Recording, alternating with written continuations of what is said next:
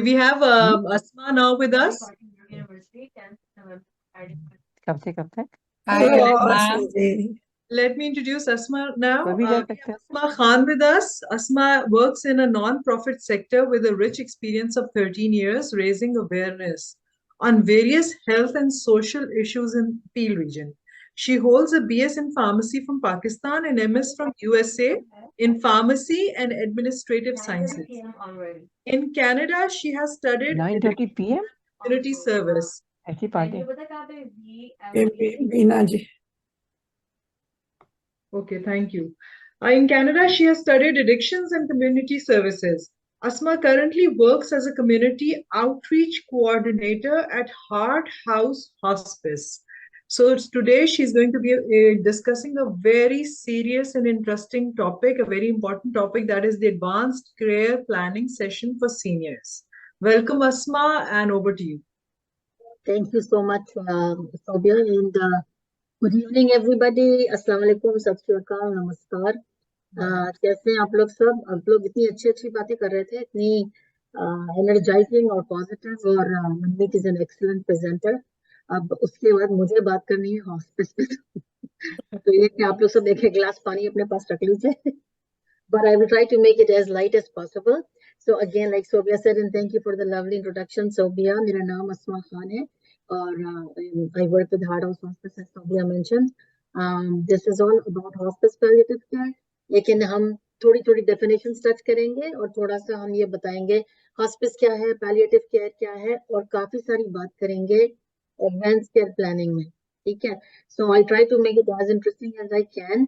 आप लोगों को कोई भी सवाल पूछना हो, आप बीच में हाथ उठा के पूछ लीजिए, क्योंकि बाज़ दफा हम सवाल भूल जाते हैं या कोई टर्म रह जाती है. तो अगर सवाल पूछना हो, हाथ उठाइए, अनम्यूट कर लीजिए, आराम से पूछ लीजिए. ठीक है जी. सुरेन जी, आपकी आवाज ब्रेक हो रही है. मेरी आवाज ब्रेक हो रही है, ये बहुत दुख की बात है, लेकिन करें क्या, ठहरिएगा.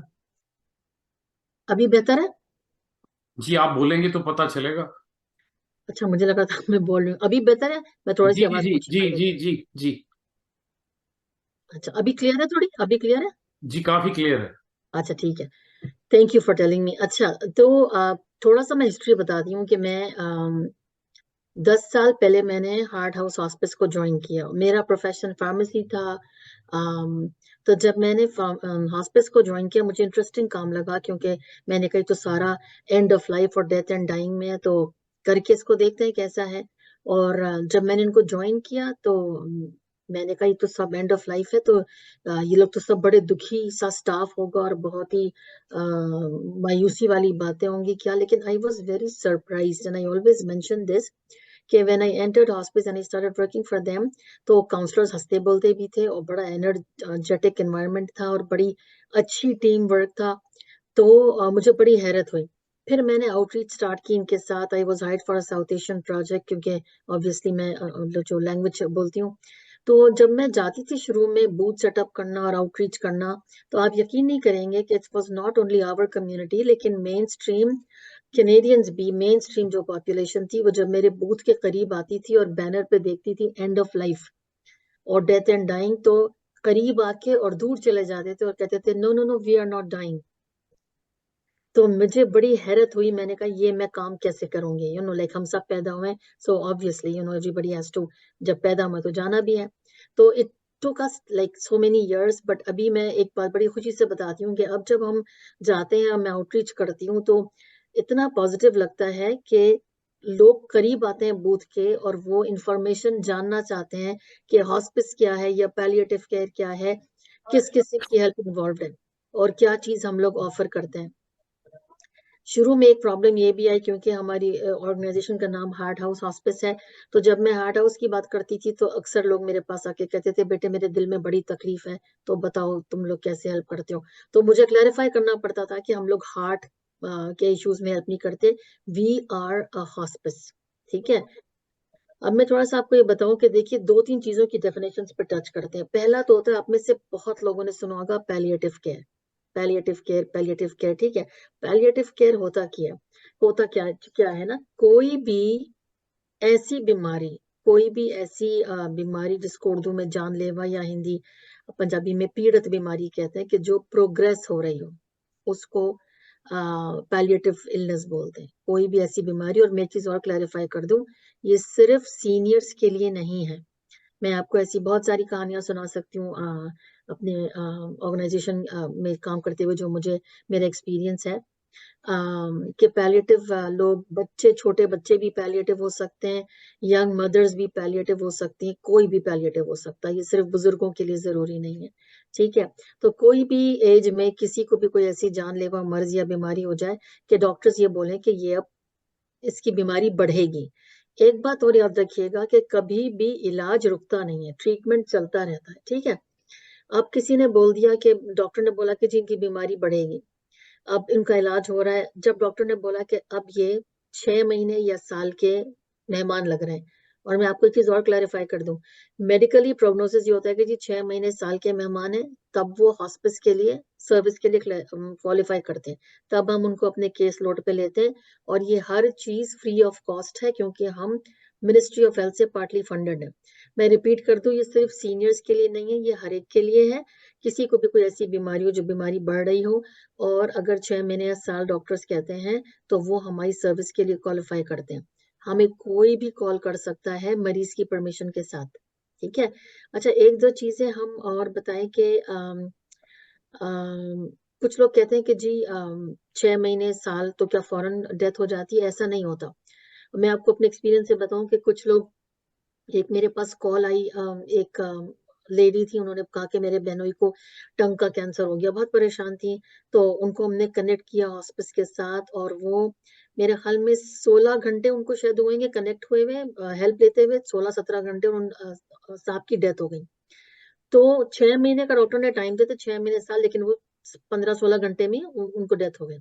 और कुछ केसेस में आपको बताऊं कि एक मैं आपको बताऊं, एक south Asian, I will call her aunty, मैं उनसे कभी मिली नहीं, साउथ एशियन लेडी थी, उनका प्रोग्नोसिस भी 6 महीने साल था, वो आंटी 8 साल तक जिंदा रही हैं, ठीक है।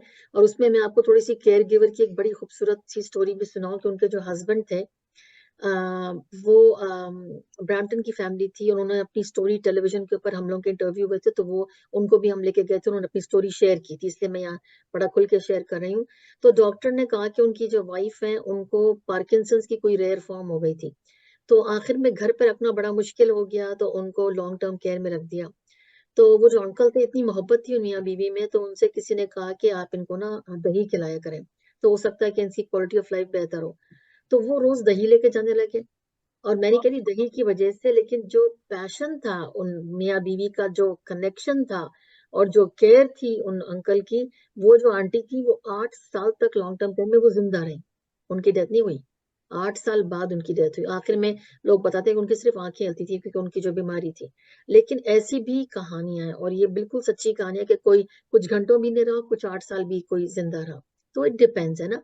तो again, coming back to the medical prognosis, के अगेन मैं रिपीट कर रही हूँ कि 6 महीने साल अगर डॉक्टर कहते हैं, तो फिर वो हमारी सर्विसेज के लिए क्वालिफाई करते हैं। हमारी सर्विसेज में पहले हम थोड़ी सर्विसेज के ऊपर भी बात कर लेते हैं कि अगेन सब फ्री ऑफ कॉस्ट है।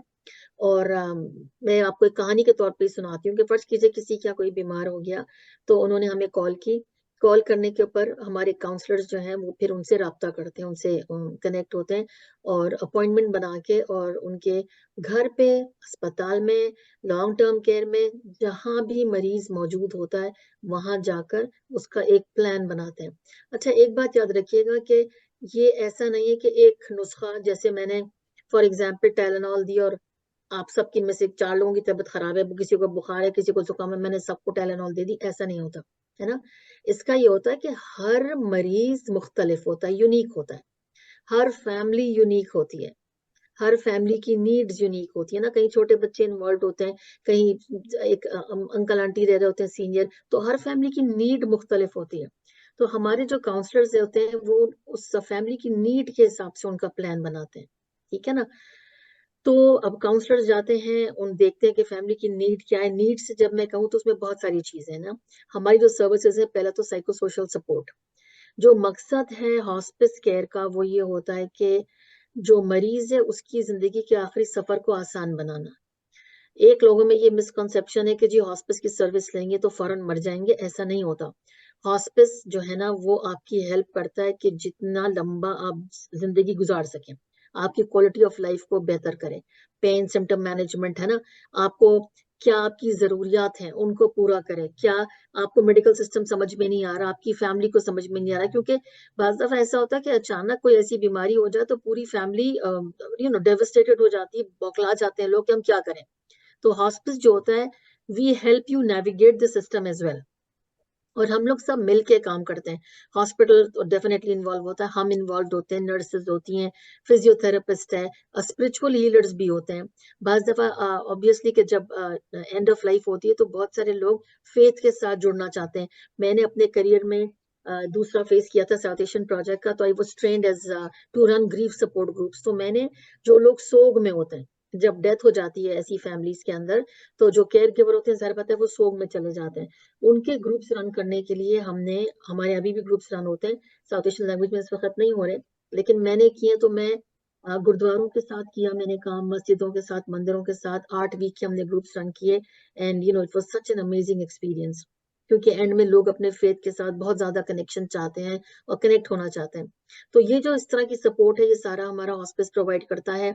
हम लोग वॉलंटियर्स भी ट्रेन करते हैं, उनको बड़ी अच्छी ट्रेनिंग दी जाती है। ये मैं इसलिए कह रही हूँ क्योंकि मैं खुद भी वो ट्रेनिंग ले चुकी हूँ। और होता है कि फिर हम उन वॉलंटियर्स को ऐसी जगह मैच करते हैं, फॉर एग्जाम्पल अगर फर्ज कीजिए कि कोई पेशेंट ऐसी है कि वो फीमेल है और वो हिंदुइज्म को फॉलो करती है। एक हिंदू, मैं आपको केस स्टडी टाइप के बता रही हूँ कि एक हिंदू फीमेल है और उनकी डेथ होने वाली है, तो वो कहेंगे कि मुझे ऐसी वॉलंटियर भेज दें जो फीमेल हो, हिंदू हो, जो मेरे सराहने गीता पढ़ सके या मुझे कुछ सुना सके, है ना। तो इस तरह अगर पूछो, हम उस हिसाब से वॉलंटियर को मैच करते हैं। फिर हम वॉलंटियर से भी पूछते हैं कि आपको ट्रेनिंग के बाद किस तरह के घर में आप जा सकते हैं, क्या आप ऐसे घर में जाने में कंफर्टेबल हैं जहाँ पर बाज लोग कुत्ता पला हुआ होता है वो कंफर्टेबल नहीं होते, बाज जगह शराब का इस्तेमाल होता है वो कंफर्टेबल नहीं होते। तो हम अपने वॉलंटियर से भी पूछते हैं कि वो किन घरों में जाने में कंफर्टेबल हो। जो वॉलंटियर्स हम मिसिसागा से ट्रेन करते हैं, उनको कोशिश करते हैं कि मिसिसागा में ही पेशेंट्स के पास भेजें ताकि वॉलंटियर्स को मुश्किल ना हो।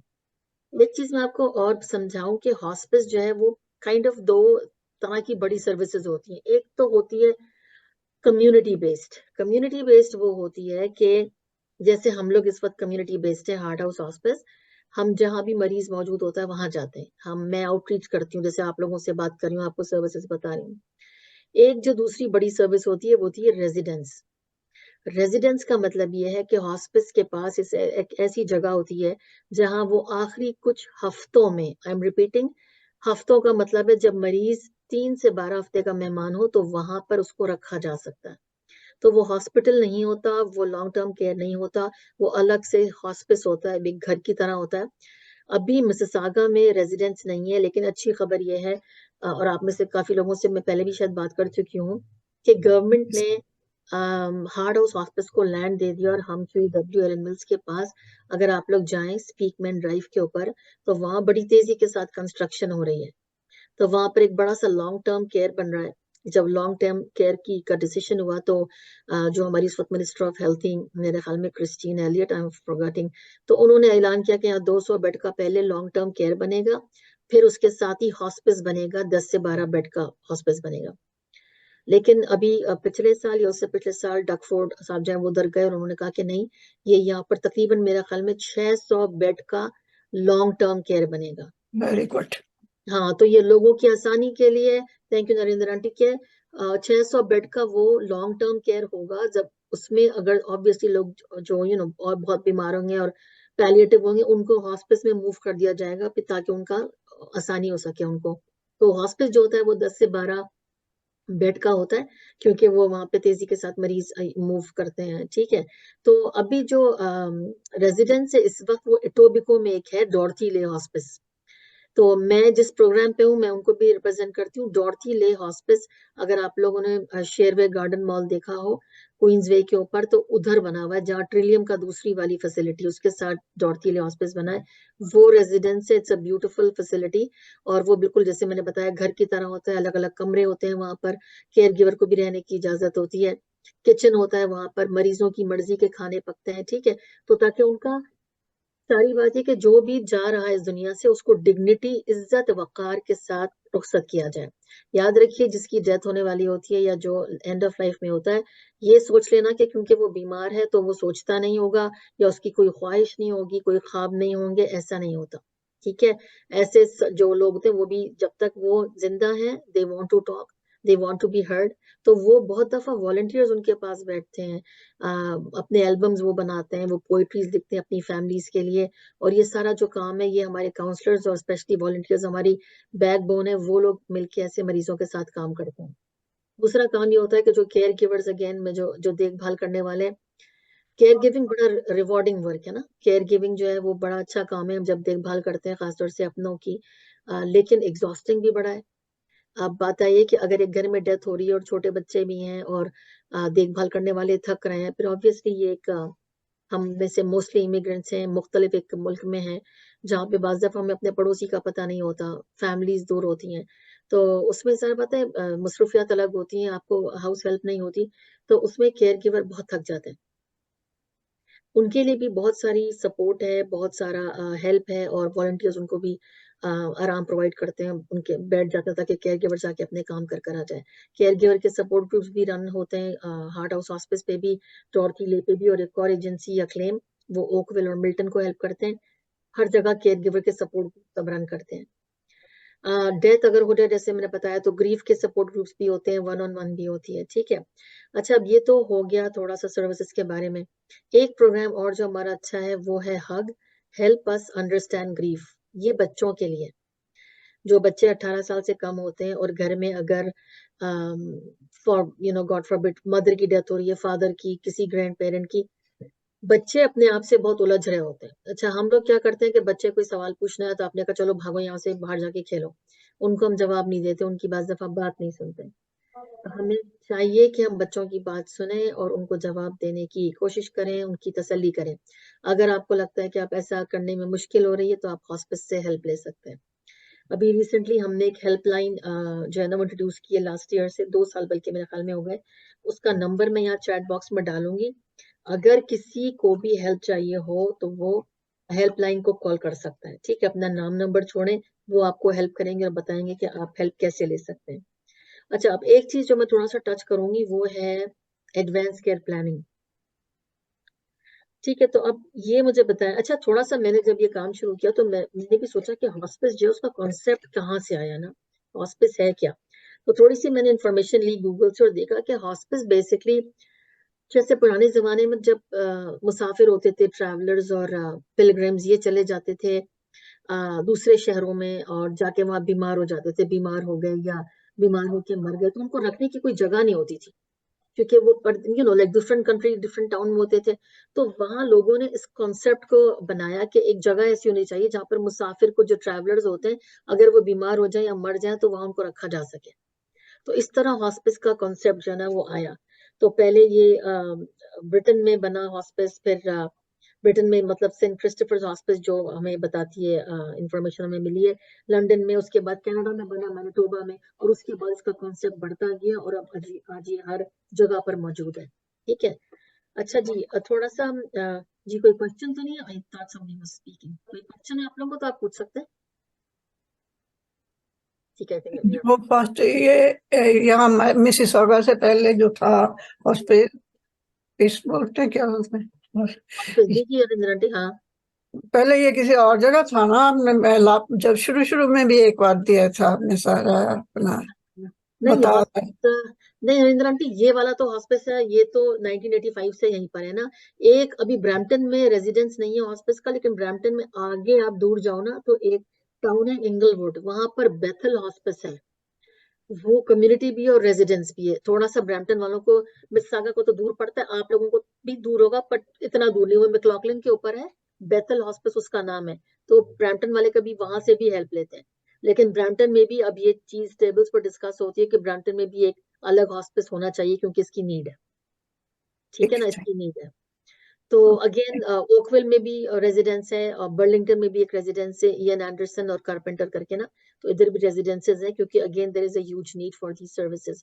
अच्छा, अब लोग ये बात दफा पूछते हैं कि जी मरीज की मर्जी से फोन कर सकते हैं ना। तो मरीज ने कहा कि जी मैं बीमार हूँ, मैं किसी रिश्तेदार से कहा या घर वाले से कि मुझे हेल्प चाहिए पैलिएटिव केयर की, आप फोन कर दीजिए। वो उस वक्त पॉसिबल है जब मरीज की मेंटल कैपेसिटी ठीक हो ना, वो सोच सके, वो बात कर सके, वो डिसीजन मेकिंग कर सके। बाज लोग ये पूछते हैं कि जी अगर मरीज की ज़हनी हालत उस वक्त ऐसी ना हो कि वो ये फैसले कर सके, फिर क्या करेंगे? ठीक है, तो इसमें जो है ना, इसलिए हम एडवांस केयर प्लानिंग की बात करते हैं।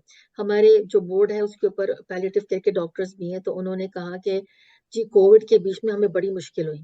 क्यों मुश्किल हुई? क्योंकि जी डेथ हो रही थी, लोग आ रहे थे, हमें पता ही नहीं था कि इनके साथ इलाज तो हम कर रहे थे, पर इनकी ख्वाहिशात इनके लिए क्या है। अगर कोई बहुत बीमार है, क्या वो चाहता है कि वो वेंटिलेटर पे उसको डाला जाए कि नहीं डाला जाए? एक मिसाल दे रही हूँ। तो इसलिए बहुत जरूरी है कि हम लोग सब, अगेन एडवांस केयर प्लानिंग हर एक के लिए, मेरे लिए भी है, आपके लिए भी है, 18 साल से छोटे बच्चे, बड़े बच्चे, सीनियर्स, हर एक के लिए जरूरी है कि वो अपनी फैमिली से बात करें अराउंड एडवांस केयर प्लानिंग। ठीक है, कल अगर मुझे कुछ हो जाए, गॉड फॉरबिड, मेरी मेंटल कैपेसिटी ना रहे, तो मुझे जो डिसीजंस अपनी हेल्थ केयर में, अभी हम पैसे कौड़ी की बात नहीं कर रहे, हम हेल्थ केयर की बात कर रहे हैं। मैं क्या चाहती हूँ कि मेरी फैमिली मेरे लिए क्या डिसीजंस ले। तो इसके लिए जरूरी है कि मैं अपनी फैमिली से, अपने फ्रेंड से आज बात करूं कि अगर मुझे कल गॉड फॉरबिड कुछ हो जाए तो मेरे लिए क्या डिसीजंस लेने। क्या मैं चाहूंगी कि मैं वेंटिलेटर पर डाली जाऊं कि नहीं? क्या मैं चाहूंगी मैं सुकून से जाने दूं मुझे? हाँ। क्या मैं चाहूंगी कि मुझे क्रीमेट किया जाए, मेरी बेरियल हो? ये बातें मुझे आज से करनी जरूरी है। ठीक है, क्या मैं चाहती हूँ कि मैं, अगर मेरी डेथ हो जाए तो मेरी बॉडी ट्रांसपोर्ट की जाए पाकिस्तान, या मुझे यहीं पे आप बेरी कर दो? ये सब वो डिसीजंस हैं जो हमें आज, बजाय घबराने के और डरने के और ये सोचने के, क्योंकि हमारे बहुत सारे कल्चर्स में ये एक टैबू है कि अगर हम डेथ की बात करेंगे तो हम मरी जाएंगे, ऐसा नहीं होता। वो जब आपको मौत आएगी तब तो आएगी, है ना। तो ये सारी बातें जो है करनी जरूरी है। अच्छा, अब उसमें भी ये होता है कि जी आप किसको इसका जिम्मेदार बनाएं। जिम्मेदार से मतलब ये होता है कि एक, मैं आपको लफ्ज बताती हूँ, SDM, सब्स्टिट्यूट डिसीजन मेकर। ठीक है, फॉर एग्जाम्पल अगर मैं हूँ, हो सकता है कि मैं ना चाहूँ कि मैं अपने शौहर को SDM बनाऊं। हो सकता है कि मेरे हस्बैंड दिल के कमजोर हो, ठीक है, वो खुद बीमार हो, या वो ऐसे डिसीजंस ना ले पाए क्योंकि वो मुझसे इमोशनली अटैच्ड हैं। हो सकता है मेरे बच्चे छोटे हों, तो ऐसी सूरत में हो सकता है मैं अपनी किसी दोस्त को SDM बना दूं। ठीक है, मेरी कोई दोस्त है, हेल्थ केयर में काम करती हैं, मुझे जानती हैं अच्छी तरह, तो हो सकता है कि मैं उनको SDM बना दूं। अच्छा, SDM बनाने के लिए जरूरी नहीं कि आप किसी लॉयर के पास जाइए, या जो है ना आपने कोई लीगल पेपर या अगर बनाना है तो बहुत अच्छी बात है, बना सकते हैं। आप बात कर सकते हैं घर में बात कर सकते हैं, आप कोई मैसेज रिकॉर्ड कर सकते हैं, आप उसको लिख सकते हैं, आप उसको लिख के साइन कर सकते हैं कि किसी को आपने अपॉइंट किया। जी क्वेश्चन है सुरेन जी, आप कोई क्वेश्चन पूछ रहे हैं?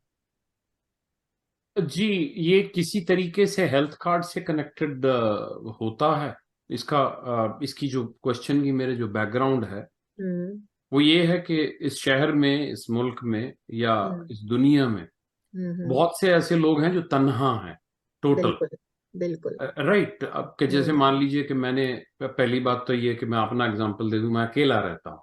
हम्म तो दोस्त हैं जो कभी आ जाते हैं बात करने के लिए, या दोस्ती ज्यादातर फोन पे ज्यादा कन्वीनियंट होती है। वो हम्म दोस्ती ऐसी नहीं है कि मुझे कोई आकर मुझे पूछ जाए कि तू क्या चाहता है, क्या नहीं चाहता है, और तू ऐसे होगा कि तू वैसे होगा।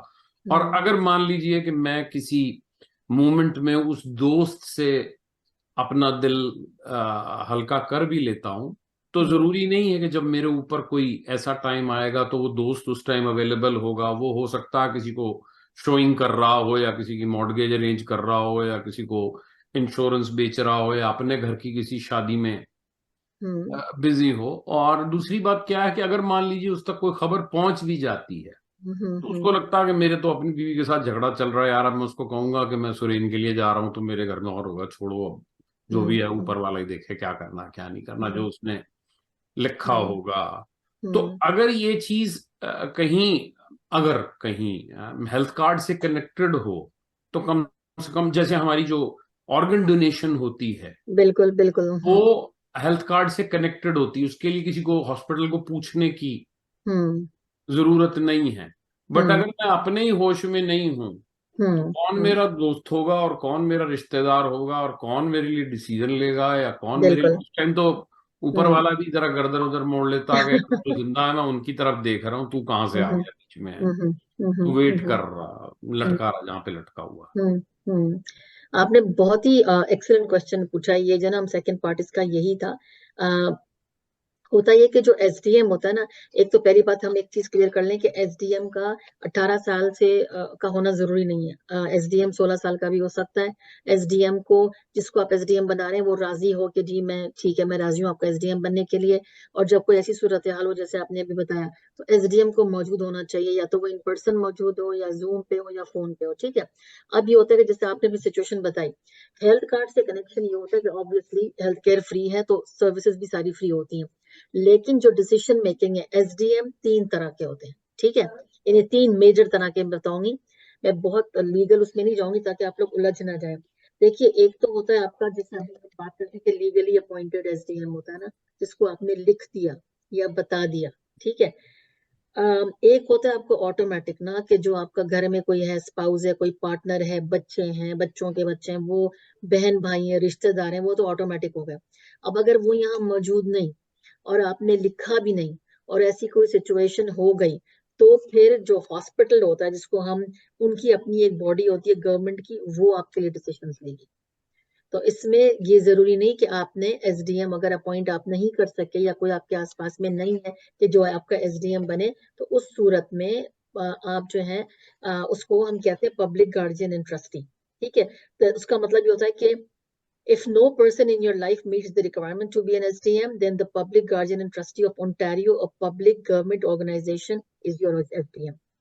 तो जैसे आपने बड़ा उम्दा सवाल पूछा था, तो अगेन समझिएगा कि कुछ ऑटोमेटिक एसडीएम होंगे, आपके माँ बाप हो गए, सिबलिंग्स हो गए, शौहर हो गया, कॉमन लॉ पार्टनर हो गया, ये सब ऑटोमेटिक है। नहीं है तो फिर जो ना वो आपके लीगली अपॉइंटेड हुए, आपने किसी को पावर ऑफ अटॉर्नी दे दी। और अगर ये सब भी नहीं है, आपकी जिंदगी में कोई नहीं है, तो अगर कोई ऐसी कंडीशन होगी, तो जो गवर्नमेंट की बॉडी है वो हरकत में आती है, उसको पब्लिक गार्जियन एंड ट्रस्टी कहती है। वो डिसीजंस लेगी आपके बेस्ट इंटरेस्ट में, क्या चीज आपके लिए बेहतरीन। इसमें मेरी एक सजेशन है, मतलब फीडबैक कह लें या सजेशन कह लें इसको, कि आपके यहाँ से आई एम श्योर कुछ ना कुछ या कोई ना कोई वॉलंटियर्स होते होंगे, राइट, जो आपकी ऑर्गेनाइजेशन के साथ एज ए वॉलंटियर जुड़े हुए हैं। तो अगर कुछ ऐसे वॉलंटियर आपकी ऑर्गेनाइजेशन अप्रूव करे, या जो विलिंग हो आगे आने को और एसडीएम बनने को तैयार हो अनजान लोगों के साथ, कि जैसे मान लीजिए आप वॉलंटियर हैं, तो मैं आपके पास जाता हूं और कहता हूं कि मेरा कोई नहीं है, तो आप एक काम करना, अगर मुझे कुछ हो जाए तो आप मेरे लिए ऐसे ऐसे कर देना। क्योंकि मैं अब शायद किसी दोस्त या शायद किसी रिश्तेदार के ऊपर डिपेंड ना होकर किसी वॉलंटियर के ऊपर डिपेंड ज्यादा होना पसंद करूंगा, क्योंकि मैं ट्रस्ट ज्यादा कर सकता हूं। जो दोस्त है मेरा या जो रिश्तेदार है मेरा, वो अगर दगा नहीं देगा मुझे लास्ट मोमेंट पे, तो मुझे बड़ी हैरानी होगी। मैं भूत बन के भटकता फिरूंगा, या मेरी रूह भटकती फिरेगी कि ये इसके ऊपर इसने कैसे मतलब मुझसे वफा कर ली। तो ये तो दुनिया का चलन नहीं है कि मैंने जिस पे भरोसा किया हो वो वफा कर ले।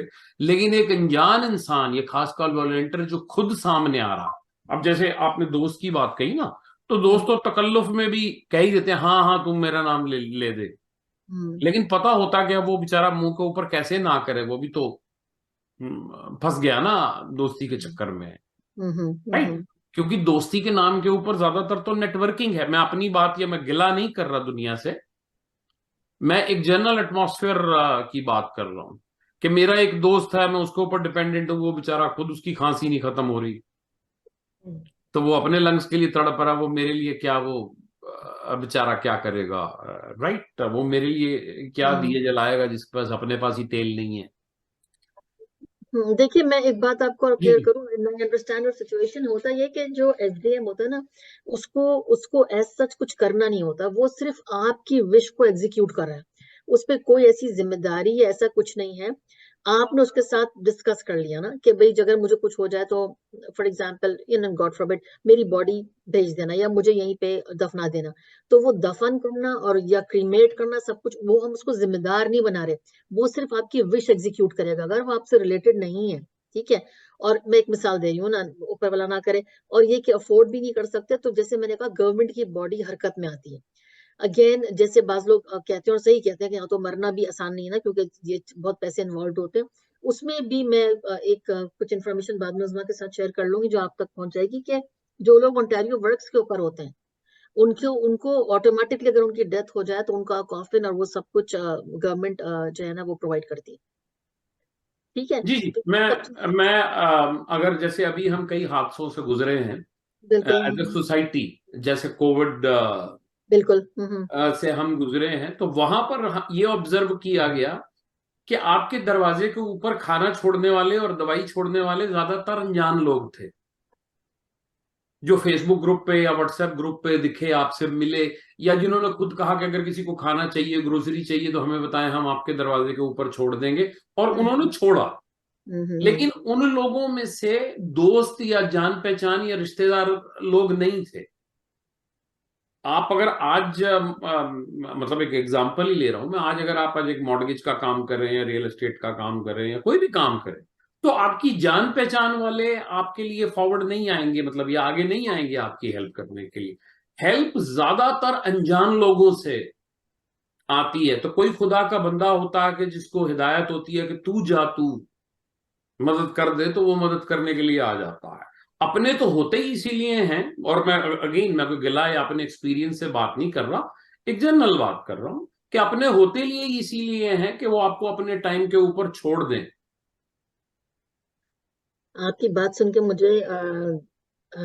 मुझे समझ नहीं आ रहा कि मैं तकलीफ कहूँ या क्या कहूँ, but I understand your pain. जी जी। आई डू अंडरस्टैंड योर मेरी पेन इंडिविजुअल नहीं, मैं जैसे मैंने बताया कि एब्सोल्युटली राइट। और ये हम चारों तरफ आजकल देखते भी हैं। मैं आप लोगों को, मेरा काफी सारा एक्सपीरियंस डोमेस्टिक वायलेंस के अराउंड है, आप में से बहुत लोग जानते हैं, और मैंने ऐसी ऐसी मिसालें देखी है। मैं ऐसी माओ से मिली हूँ जो किसी ने मुझे फोन किया और मैं समझी वो पैलिएटिव है, क्योंकि और टाइम पे कॉल थी और लेडी थी साउथ एशियन, और मैं उनसे बार बार पूछती कि मैं आपको क्या हेल्प करूं, because I thought she was palliative. उनका मेरी सर्जरी हुई है, मुझे मेरी आंत काट दी, मुझे बताया नहीं, तो थोड़ा सा मेंटल हेल्थ का भी इशू था। मैंने कहा आपके फैमिली में कोई है, मुझे ये अंदाजा हो गया था कि वो हॉस्पिटल में शी इज सेफ। और उन्होंने कहा, और ये बड़ा एक आई ओपनिंग वाकया है, कि कहा मेरा बेटा है, बहू भी है। तो मैंने कहा वो इस वक्त कहाँ है, तो मैं उनके साथ नहीं रहती, उन्होंने मुझे निकाल दिया था। तो मैं जो हूँ, मैं शेल्टर में रही, फिर मुझे सब्सिडाइज हाउसिंग मिल गई, फिर मुझे उन लोगों ने भी तंग किया, किसी ने, मैं शेयरिंग में थी। मतलब उनकी इतनी तकलीफदेह दास्तान थी कि मैं आपको बता नहीं सकती। और वो बार बार वो माँ ये कह रही थी, लेकिन मेरा बेटा बहुत अच्छा है, लेकिन मेरा बेटा बहुत अच्छा है। तो मैंने उनसे कहा कि आप, बड़ी अच्छी बात है कि आपका बेटा बहुत अच्छा है, लेकिन मुझे समझ में नहीं आ रहा कि आप कह रही हैं आप अकेले हैं और आप मुझसे कह रही हैं कि मैं हेल्प करूं, और आप पैलिएटिव भी नहीं है। तो मैं आपकी बात सुन सकती हूँ, मैं आपको गाइड कर सकती हूँ। मैंने कहा आपको जहाँ हाउसिंग मिल रही है आप वहां ले लीजिए, क्योंकि हाउसिंग मिलनी बहुत मुश्किल है। ठीक है, तो नहीं, मैं वहां जाना नहीं चाहती, लेकिन मेरा बेटा बहुत अच्छा है। तो मैंने उनको जहां कनेक्ट कर सकती थी मैंने किया। इसी तरह का एक वाकया और था कि जो इसी तरह की खातून थी, जिनको फिर हमने कुछ, आप जो कह रहे हैं ना अनजान लोग, हम उनके लिए अनजान थे, जी उनको मूव कराया किसी के थ्रू। उनका भी एग्जैक्ट यही स्टोरी थी। अगेन साउथ एशियन खातून थी वो, और उनकी जो बहू थी वो उनकी सगी भांजी थी, बहन की बेटी। और वो बताती हैं कि उनके उनके कपड़े उठा के और घर से बाहर फेंक दिए थे। पहले से एक घर, which means like a proper घर, बड़ा, कोई सब्सिडाइज हाउसिंग या कोई वो नहीं था, जी एक घर, जी और जी। पैसे वाले लोग थे, फेंक दिया था। वो आंटी शेल्टर में गई, फिर उनको सब्सिडाइज हाउसिंग मिली, हम लोगों ने सबने उनको मिलकर मूव कराया था, और हम अनजान लोग थे। और वो भी कहती थी मेरा बेटा बहुत अच्छा है। तो ये जो दास्तानें है ना, ये असली असली में है। आप जो कह रहे हैं, ऑब्वियसली मैं आपसे कोई पर्सनल स्टोरी नहीं आपकी पूछ रही, लेकिन I do understand your pain. But मैं आपको एक चीज अश्योर करूं कि देयर इज अ सिस्टम। जैसे मैंने आपसे कहा ना कि अगर आप एसडीएम नहीं बना सके, या आप समझते हैं कि कोई ऐसा नहीं है, या आपको लगता है कोई नहीं आएगा, ऑटोमेटिकली सिस्टम हरकत में आता है।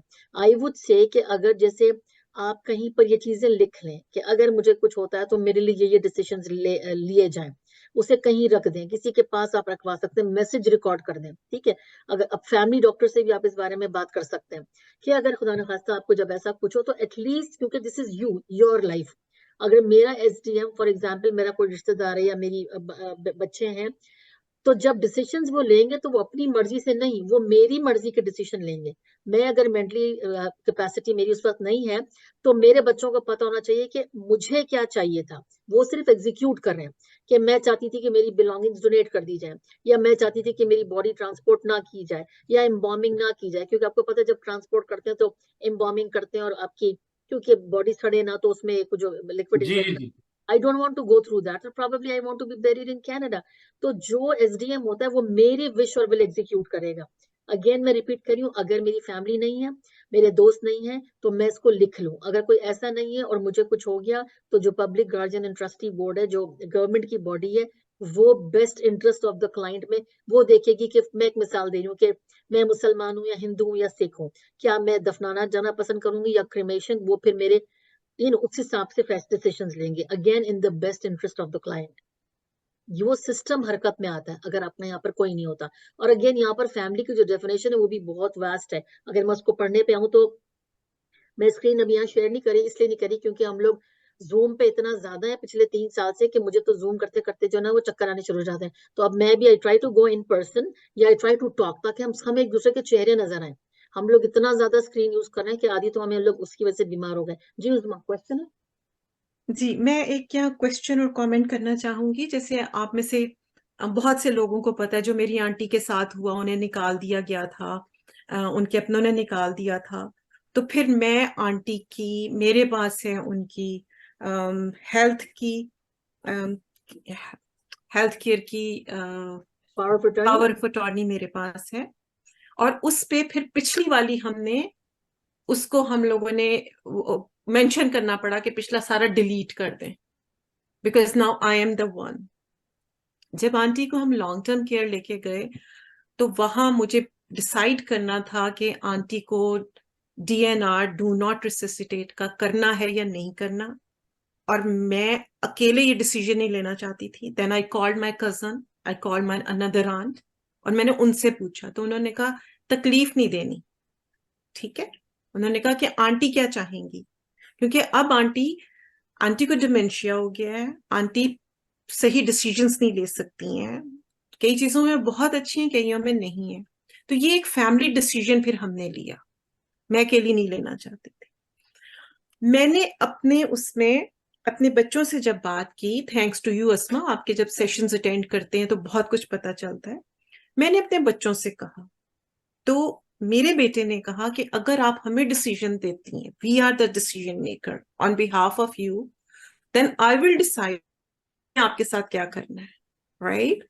मैंने कहा यार ये तो ज्यादती है। कहते no, this is my, I will take that decision कि हमने आपको, क्योंकि वो बेटे के तौर पे सोच रहे हैं ना कि अगर माँ को कुछ होता है तो क्या डिसाइड करना पड़ेगा। M I audible? जी जी जी बिल्कुल बिल्कुल उस्मा, बिल्कुल। ओके, मुझे लग रहा था मैं फ्रीज हो गई हूँ। तो ऐसी सिचुएशन में अस्मा क्या होना चाहिए? भाई देखिए, इसमें ये होना चाहिए कि पहली बात कि फैमिली की मोहब्बत और बच्चों का कंसर्न और सब कुछ अपनी जगह पर होता है, लेकिन उनको एक बात बार बार हमें समझानी है कि it's about us, it's about the, I am not calling patient और व्हाटएवर, इट्स अबाउट मी। अगर मैंने आपसे कहा ना कि अगर ये मेरी जिंदगी है, मेरी सेहत है, तो अगर मुझे कुछ होए तो मेरे बच्चे जो हैं वो मेरे डिसीजंस एग्जीक्यूट करें, ठीक है। वो उनकी ख्वाहिशात नहीं है, मेरी ख्वाहिशात होंगी। दूसरी बात है कि अगर आपके 2-3 बच्चे माशाल्लाह से, और आप लोग सोचते हैं कि जी एंड में ये होता है कि जब कोई ऐसा होता है तो आपस में लोग बच्चे उलझ जाते हैं या फैमिली उलझ जाती है, नहीं ऐसे करना है, नहीं वैसे करना है। इंडिया पाकिस्तान में तो सॉरी, लाइटर साइड मूवीज में भी हम देखते हैं, असली में भी क्या होता है कि जी तीसरा दिन हो गया मरे हुए तो बिरयानी पकेगी या चिकन का कौरमा बनेगा, उस पर लोग लड़ पड़ते हैं।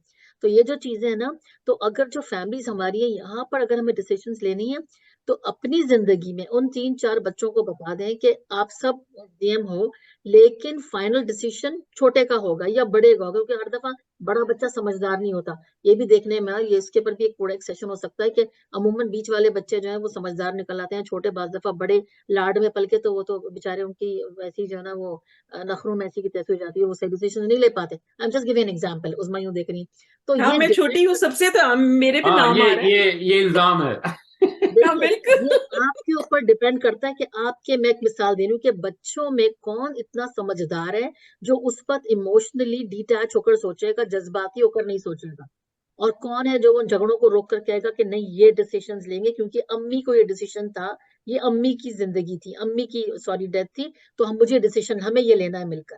तो उस वक्त आपस में उलझने के बजाय इसीलिए आप किसी एक को अपॉइंट कर दें कि जी इसकी बात आखिर में सबने माननी है। तो जितनी ये बातें मैंने कहा ना कि जो advance care planning it's for everybody, it's for like somebody जो सीरियस इलनेस पे हो, एंड स्टेज पे हो, समबडी जो सीरियस इलनेस की पहली स्टेज पे हो, जवान, बच्चे, बूढ़े, ये सबके लिए।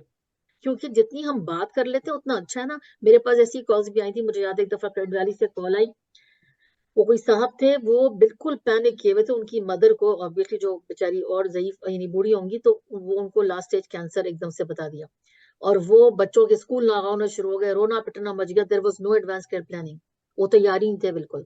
फिर एक्सेप्टेंस भी बड़ी मुश्किल होती है।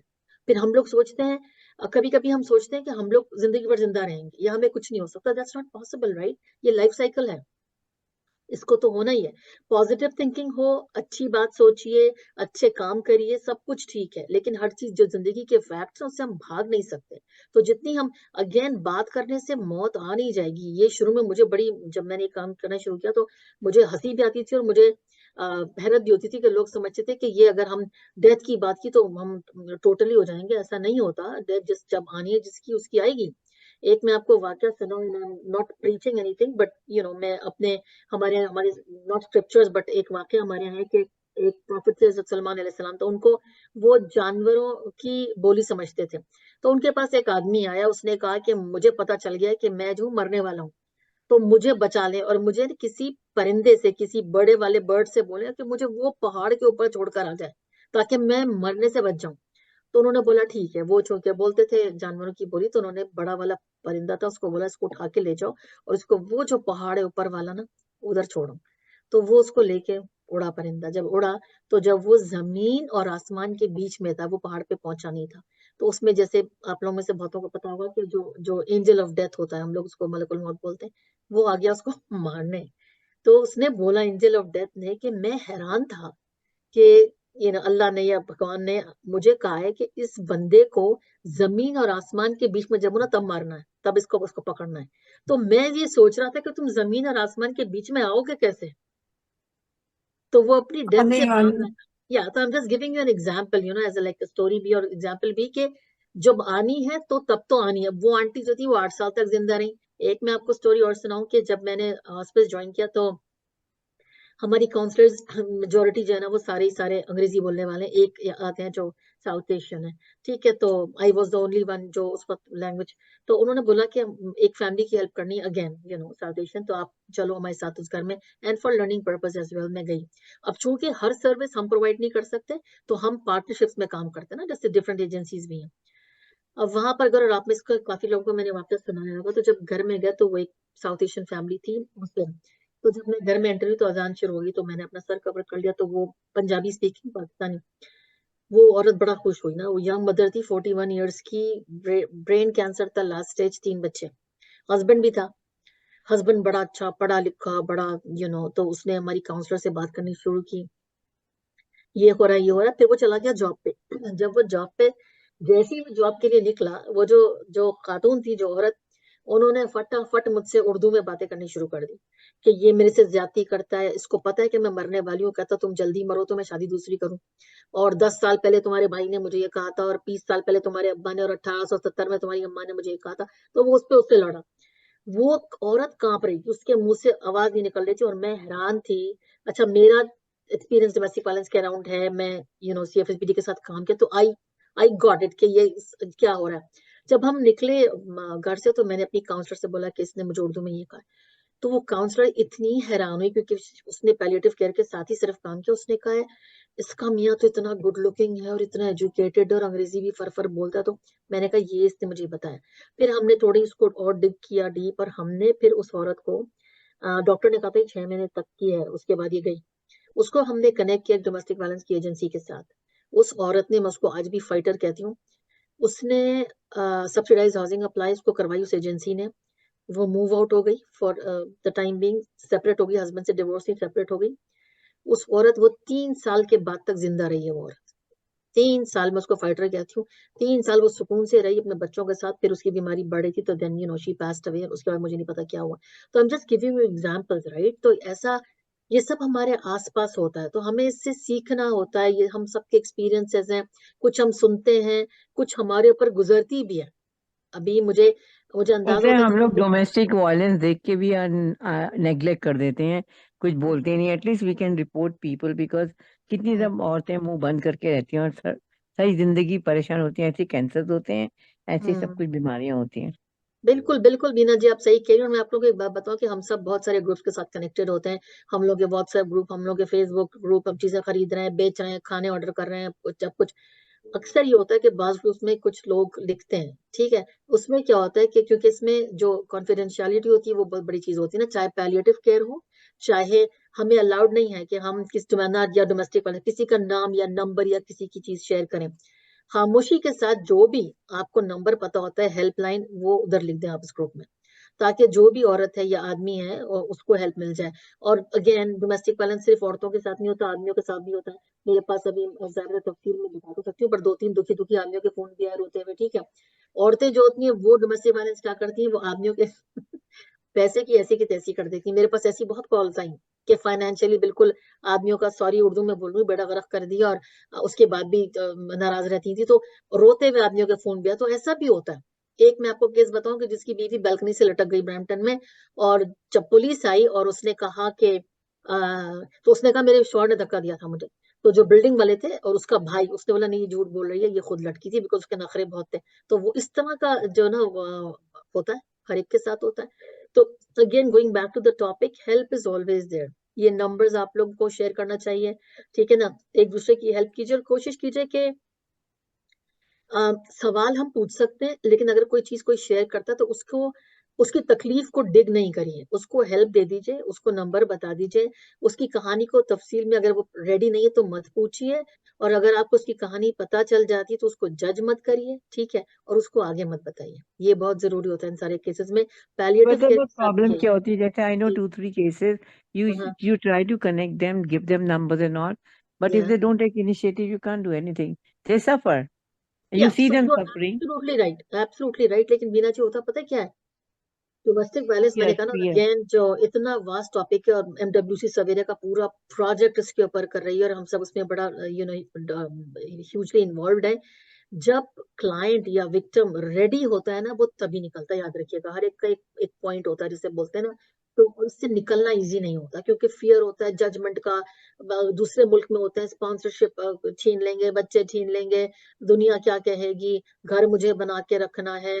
औरत को शादी हो तो वो कहते हैं ना डोली जाए और जनाजा डोल, वो सब जो चीजें ना हमारी, आहिस्ता आहिस्ता। The positive point is I have done these groups for 13 years, और मैं आपको बताऊं कि जो मुझे चेंज नजर आता है कि हम इसके बारे में खुलकर बात करते हैं। हम लड़कियों के साथ अब थोड़े नरम हो गए। अब मैं अपने चारों तरफ देखती हूँ कि अब हम बेटियों का साथ देते हैं, है ना। हम कहते हैं कि जी अगर हमारी बेटी परेशान है तो हम उसको वापस बुला लेंगे। हम, मैं आपको बताऊं, मैं अपना पर्सनल एक्सपीरियंस अपने भाई का बताती हूँ, मुझे हंसी भी आती है। मेरे भाई के 4 बच्चे हैं माशाल्लाह, ठीक है। तो उनके लिए एक बेटे की शादी होने वाली है। हमारे कॉन्सेप्ट ये होता है कि जी लड़का अगर कमरा गंदा करता है या तो ये होता है जी कोई बात नहीं, बीवी आके संभालेगी, बीवी आके फिर बीवी की तो हम अलग चटनी बनाते हैं, वो अलग स्टोरी है, ठीक है। तो मेरे भाई ने, भाभी ने, and I salute them for that, कि उन्होंने मेरे भतीजे की मंगनी की, उसकी शादी अभी नहीं करे, तो उसके ससुराल वाले आए, तो उन्होंने कहा शादी की डेट वगैरह, तो उसके कमरे में ले गए मेरे भाई, और उसके ससुर से कहने लगे पहले मेरा बेटा अपना कमरा साफ करने के काबिल हो जाए, फिर मैं बहू ले आऊंगा। And I was very proud of it, ठीक है, कि पहले मेरा बेटा अपना कमरा साफ करने के काबिल, लड़के अपने आप को संभाल लें, फिर हम बीवी लाएंगे। हम ये सोच के नहीं लाएंगे बीवी कि वो आके लड़के को संभालेगी। तो अगेन पैलिएटिव केयर भी ऐसे ही है कि जो डर था बात करने का इस बारे में, बीमारी छुपाते थे, बताते नहीं। Things are changing which is like a gift of God to us, कि हम लोग जिस तरह एजुकेशन अवेयरनेस आ रही है, ठीक है, कुछ खराबियां भी हमें आ रही हैं उसके साथ, लेकिन हम लोग अब चीजें खुल के इस पर बात करते हैं। We are offering help to each other. हम इसको हम जजमेंट हमारे यहाँ कम से कम होती जा रही है। हमें पता है कि अगर ऐसा कोई केस हो तो एक टॉक्सिक रिलेशनशिप एनवायरमेंट में रहने के बजाय उससे निकल जाना चाहिए। Going back to palliative care, अगर किसी के घर में कोई बीमार है तो आप हॉस्पिस से हेल्प लें। आप ये मत, मैं एज अ पड़ोसी, फॉर एग्जाम्पल मैं किसका एग्जाम्पल दूं, मेरे सामने कुछ सोबिया है, ठीक है, सॉरी सोबिया है, खुदा न खासा सोबिया के घर में कोई ऐसी हादसा हो जाए, सास बीमार हो जाए, और वो पैलिएटिव केयर से हेल्प ले, तो मैं बोलूँ वो देखो सोबिया तो बड़ी खराब बहू है, खुद तो इसने खिदमत नहीं की सास की और हेल्प ले ली हॉस्पिस से। मैं ये क्यों ना करूं कि मैं कहूँ सोबिया एज अ पड़ोसी, how can I help you, मैं आपके बच्चे छोटे में खाना पका के भेज दूं। तो बजाय जज करने के, उस पर भी हमें एक पूरी प्रेजेंटेशन हमारी तैयार पड़ी हुई है जो हमें कभी करनी है, कि जज नहीं करें एक दूसरे को, एक दूसरे को सपोर्ट ऑफर करें। क्या जरूरत है एक दूसरे के बारे में राय कायम करने की, है ना। इस वजह से बहुत सारे लोग बिना जो आपके ना हेल्प नहीं ले पाते। बट आसमा जी, आपको ये भी पता है ना कि अभी मेड भी इन्होंने वो कर दिया है, आई मीन लीगल हो गई है। तो क्या हमारे इंडियन लोग इसके बारे में क्या सोचते हैं, पता नहीं, मुझे मालूम नहीं उनका क्या आपने था। बड़ा अच्छा क्वेश्चन उठाया। अच्छा, यूजुअली मेड जो है, अगेन मैं आप लोगों को बताऊं, मेड जो बीना जी कह रही है, that is MAID, medical assistance in dying. इसको पहले कहते थे फिजिशियन असिस्टेड डेथ या फिजिशियन असिस्टेड सुसाइड। हॉस्पिस जो है वो मेड को हम प्रमोट नहीं करते, और ना हम हॉस्पिस के अंदर मेड करते हैं, हम कि नहीं करते। मेडिकल असिस्टेंस इन डाइंग ये होता है कि अगर कोई इतना बीमार हो जाए और उससे पेन बर्दाश्त ना हो, बिल्कुल बर्दाश्त ना हो, ये 2016 में लीगल हुआ है कनाडा में, तो उसमें फिर ये होता है कि वो डॉक्टर से कहेगा कि जी मैंने मेड एक्सरसाइज करनी, जिसको कुछ लोग आप यूथेनेशिया के नाम से भी जानते हैं। तो उसमें फिर ये होता है कि उसका पूरा एक प्रोसेस होता है, उसको असेस किया जाता है पहले तो कि वो मेंटली ठीक है, वो अपने डिसीजन ले सकता है, क्या बीमारी इतनी ज्यादा है कि वो अब जिंदा नहीं बचेगा, उसकी तकलीफ बहुत ज्यादा है, तो फिर उसको मेडिकेशन दी जाती है उसकी मर्जी से, यानी उसकी ख्वाहिश के मुताबिक उसको जिंदगी वो अपनी खुद खत्म कर सकता है। तो उसमें प्रिस्क्रिप्शन लिखते हैं, कुछ लोग घर में आके उसको दवा को खा लेते हैं, कुछ डॉक्टर्स की मौजूदगी में करते हैं। तो पहले उसके एक डॉक्टर या नर्स और पूरी टीम होती है, और जब मेड का वक्त करीब आता है तो 15 दिन पहले फिर असेसमेंट होती है उसकी। तो इट्स अ प्रोसेस। तो ये 2016 से लीगल है कनाडा में। आप जो कह रही हैं हमारे इंडियन लोग क्या करते हैं, आपका सवाल बिल्कुल वैलिड है। बहुत सारे फेथ्स के अंदर, चूंकि मैं बार बार बताती हूँ कि मैं फेथ बेसिस के साथ काम करती हूँ, तो I am very clear about it. Again मैं हमारे यहाँ भी इट्स नॉट एनकरेज, इट्स इसके खिलाफ है। मैं बिल्कुल खुल के आपसे कह रही हूँ, ये चूंकि लॉ है, और हमसे जैसे अभी आपने सवाल पूछा तो मैं आपको बता रही हूँ, मैंने इसीलिए मेरी प्रेजेंटेशन के अंदर ये नहीं है। When I train my volunteers outreach, तो I talk about made because they need to know about this. तो जब कोई हमसे क्वेश्चन पूछता है हम बताते हैं, सवाल का जवाब जरूर देते हैं, क्योंकि बाय लॉ मुझे जवाब देना है आपको। लेकिन मैंने जो फेथ प्लेसेस में देखा है, कल्चर्स के अंदर देखा है कि लोग इससे खुश नहीं है और नहीं चाहते, क्योंकि इसका क्लैश है। मैं पूरी जिंदगी हम सोचते हैं कि जिंदगी बचाई जाए, जिंदा रहा जाए, है ना। हम वेंटिलेटर पे भी रहने के खिलाफ है। आई पर्सनली डोंट लाइक कि लोग सालों वेंटिलेटर पे रहे, उनकी पसलियां टूट रही हैं और वो फिर भी जिंदा है, that's also not very I think के ग्रेट। लेकिन मेड की जो एक्सरसाइज है वो पर्सनल चॉइस होती है, कोई आपको जबरदस्ती नहीं मार सकता। I remember, and again it's on a lighter mode, मैंने एक ग्रुप किया था, I think it was a Somali seniors group. सारे सीनियर अंकल थे, बड़े क्यूट थे। तो उन्होंने मुझसे पूछा, I don't speak Arabic fluently, लेकिन एक कोऑर्डिनेटर के थ्रू मैंने वो ग्रुप किया था, तो बीच में वो ट्रांसलेटर था और फिर हम लोग इन पर्सन था, काफी 3-4 साल हो गए। तो उसमें एक ने मुझसे ये सवाल पूछा कि हमने ये सुना है कि अब जो गवर्नमेंट है वो जो सीनियर्स है अगर वो बीमार होंगे तो उनको इंजेक्शन देके मार देगी। तो मुझे पता चला कि वो, मैंने कहा नहीं, मैंने कहा मैं हॉस्पिस की बात कर रही हूँ, आप मेड का सवाल पूछ रहे हैं। फिर मैंने वहां पर इतना मेड को एक्सप्लेन किया था कि मेडिकल असिस्टेंस इन डाइंग जो है वो क्या होता है। And I am repeating again, it's a choice, आपको आई जबरदस्ती। अंडरस्टैंड इट्स अ चॉइस, हाँ, बट लाइक सपोज मैं हूँ और मेरे को पता है कि मेरे को खुदा ना खासा जो भी कुछ है स्टेज 4 कैंसर हो गया, राइट। तो हाँ, rather than becoming a burden on the system on या, एवरीथिंग, जाना तो है, एक दिन जाना तो है, ये नहीं पता कब जाना है, पर जाना तो है। तो सड़ सड़ के क्यों जाया जाए, मर मर के क्यों जाया जाए। हंसते अगेन हंसते लाइक, चले जाओ। या ये चॉइस है, आपकी चॉइस है। अगर आपकी फैमिली से अग्री करती है, अगेन इट्स अबाउट यू, तो आपकी चॉइस होगी। अगर आपकी फैमिली अग्री नहीं करती तो आप उनको कैसे राजी करें, आप अपनी फैमिली डॉक्टर से बोलें, या तो अगेन आई एम रिपीटिंग कि ये हर एक की एक पर्सनल चॉइस है, बट इसके पूरा क्योंकि वो जब वो देते होंगे इंजेक्शन, तो आई मीन जैसे वो फिल्मों में दिखाते हैं जहर की गोली का ही 2 मिनट में, ऐसे ही देते होंगे, कुछ जो भी देते होंगे इंजेक्शन से, whatever they give, I don't know, right, whatever it is. So like pain तो वैसे भी अगर जब शरीर से, बॉडी से जब आत्मा निकलती है तो भी लोग कहते हैं कि बहुत दर्द होता है। हमको अभी तक तो एक ही बार एक्सपीरियंस होगा, वो तो पता नहीं कितना। तो people talk about it, right, sometimes. So I was pain just, तो I mean, sorry to bring wrong topic in the middle. I didn't want to आपने bring it, but बिल्कुल वेरी रेलेवेंट क्वेश्चन, आपने बिल्कुल wrong topic नहीं किया, बिल्कुल सही सवाल है आपका।